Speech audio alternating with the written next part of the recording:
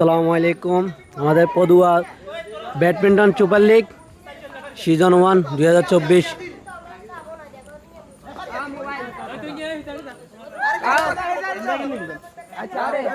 এটা হচ্ছে মাইনুদ্দিন বুনিয়া, মাসুদ ভাই মুরব্বী। ব্যাট ভাইরাল করে দিয়ে আর ভাইরাল করে দিও রে।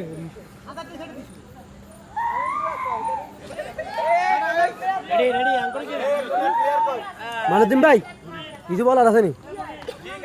কিছু বলার আছে?